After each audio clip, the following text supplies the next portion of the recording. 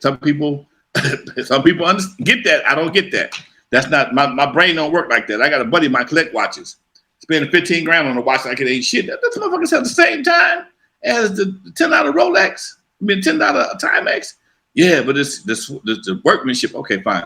I'm not a watch person. I hear you on that. Anyway, go ahead. I got Chris Jackson had a question. What's he asking for? Yeah, he says, Lonzo, I got a question. Why do you think nobody wants to hear new music from even our OG rappers from 90s and early 2000s? Well, I'm not saying that they don't want to hear it. They just don't want to hear it. It's because their old music was just so good. It's hard to, yeah. At a concert, when you open up with a new song, first thing. And we're the same. And go ahead. When you.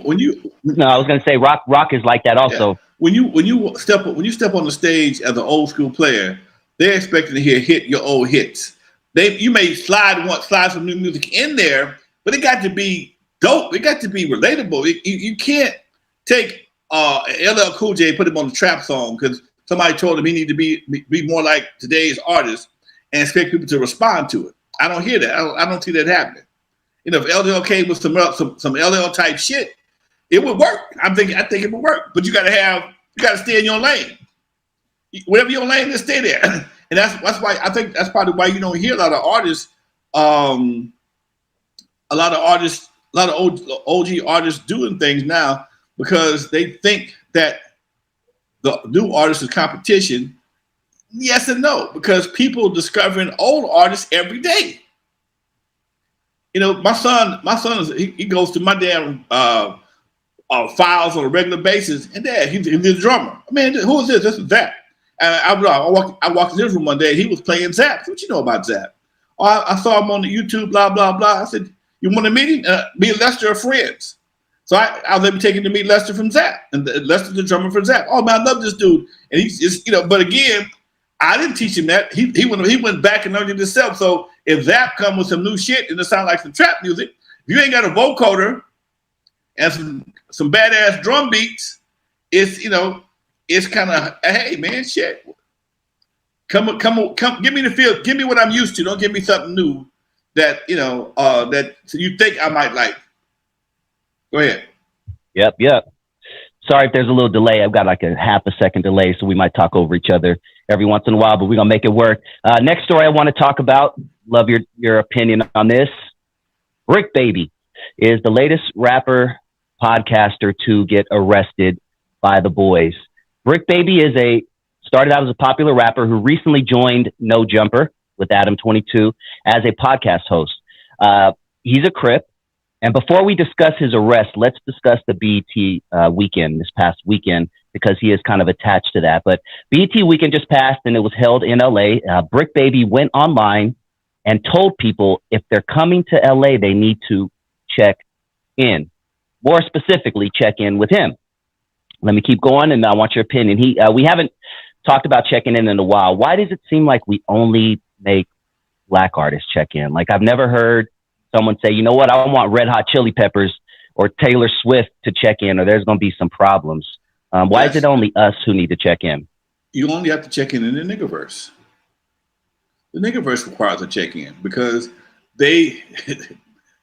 everybody wants to be in this circle, man. They want to be in this gang / hip hop / culture that requires something that kind of intertwines the two that really aren't related.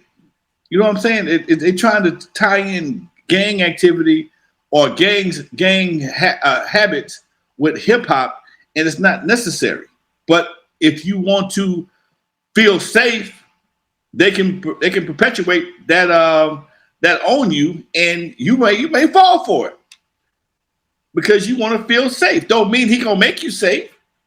Who is BRICC Baby? I never heard him till today. How's he gonna save you? It's like watching Scarface. I watched Scarface the other night. I was laying in the bed watching Scarface, and the white cop came and told Tony Montana he needed $10,000 a month and plane tickets. Okay, well, he's checking in with that one cop. Tony said, "What about Dayton? What about this other? That ain't my problem." So they really don't do you no damn good to check in with one person if you still got to worry about everybody else. You only got to pass for one dude. So, hey, man, I don't know the dude. I can't speak on him.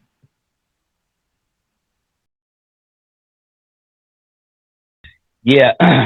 On to BRICC Baby's arrest. Before he was arrested, he went to Houston, Texas, Lonzo. This is where the story gets a little interesting. He put $10,000, 10 racks on top of his head, just flossing like rappers do, right?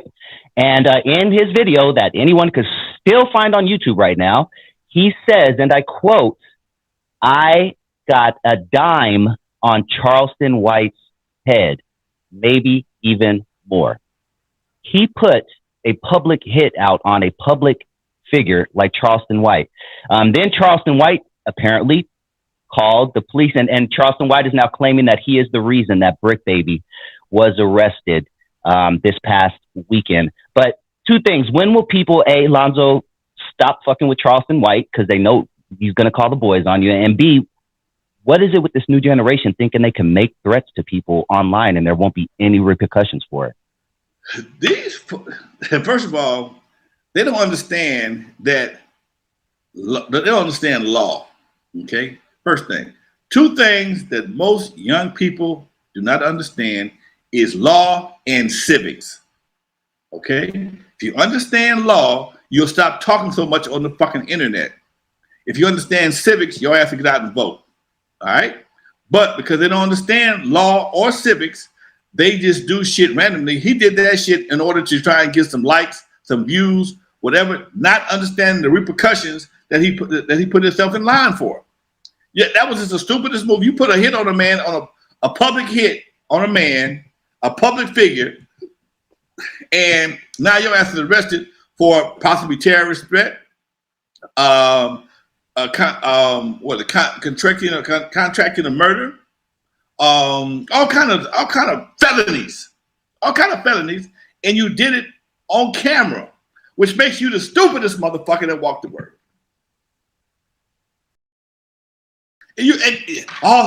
Charleston White is a snitch. Fool, you did that to yourself. Charleston White was protecting himself. Thank you, bro. Charleston White was protecting himself. I'm not mad at the dude, okay? I'm telling you right now, if a podcaster comes on YouTube and says something to me and directly, threatens my life, you goddamn right I'm calling the police. Shit, I'm a citizen. I'm a civilian. I'm a citizen. You have to, because if he run up on you and you're hurting, you got to have a record, man. You got to have a record. Dude, I saw this dude. The first thing I'm going to ask you, did you file a report? No, I did not. I didn't take it serious. Well, you took it serious enough to put a gun in your car or have your gun ready. All right. So obviously you took it pretty serious. Now this man is dead. And why you killed him is why you going to go to court and figure out if he going home again or not. Bottom line. So you have to do certain shit to protect yourself in the event this dude is serious or somebody takes him up on this offer. Bottom line. Yeah, man. People need to stop messing with Charleston White, dude. Like, he's, you know what I'm saying? Just leave the dude alone. Let him talk his shit and just leave him the fuck alone. Everybody wants to be a goddamn internet superstar until your ass get themselves with cuffs on your ass. It don't make no sense, man. Me and Big Steel was talking about the same thing when I did the Gangster Chronicles a couple of weeks ago. Him and 8, we had a little off camera conversation about how sometimes he gets caught up or they get caught up in bullshit because folks take this internet shit so serious. It's easy to swell up on somebody when they 50 miles, 100 miles, or 3,000 miles away. You see the same person in the airport, you want to shake his hand, okay? So it don't make any sense to sit here and swell up on people on a regular basis, and then all of a sudden you want to be their friend in real life. Now this is y'all game y'all playing, y'all going back and forth on camera like some N.W.A. wrestlers. Okay, that's cool.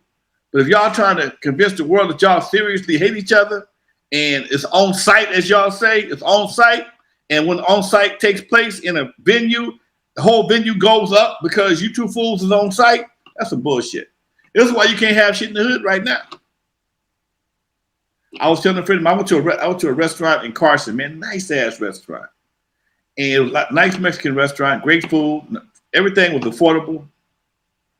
And I'm sitting there trying to figure out where could I go in the black community and do the same thing? And I realized I can't.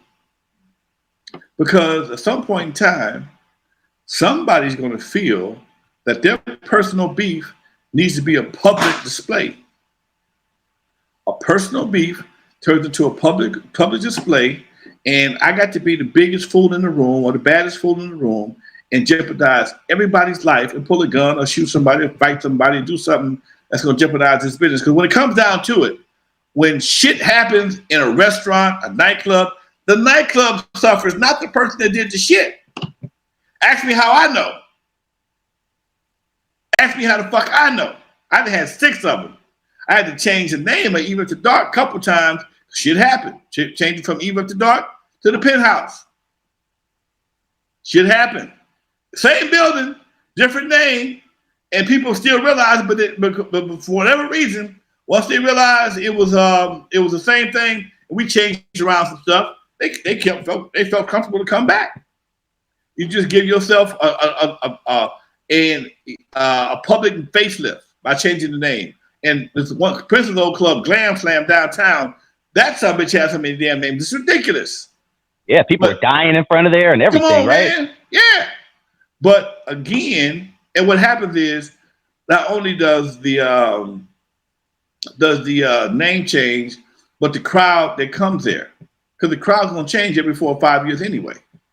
As you get a group of kids who turned 21, they weren't not just the kids who came there when the shit jumped off is now 26, 27, but you got a new batch of 21s coming in.